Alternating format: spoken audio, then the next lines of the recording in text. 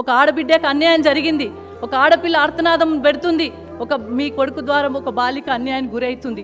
మరి మీరు మానవత్వంతో బాగా మాట్లాడతారు కదా, ఆ మాటల వెనుక మరి నిజమైన ఏదన్నా ఉంటే ధర్మం న్యాయం చట్టం అని మాట్లాడతారు మీరు. ఆ ధర్మం న్యాయం చట్టం మరి ఇప్పుడు ఏమైంది, ఎక్కడ కరువైంది?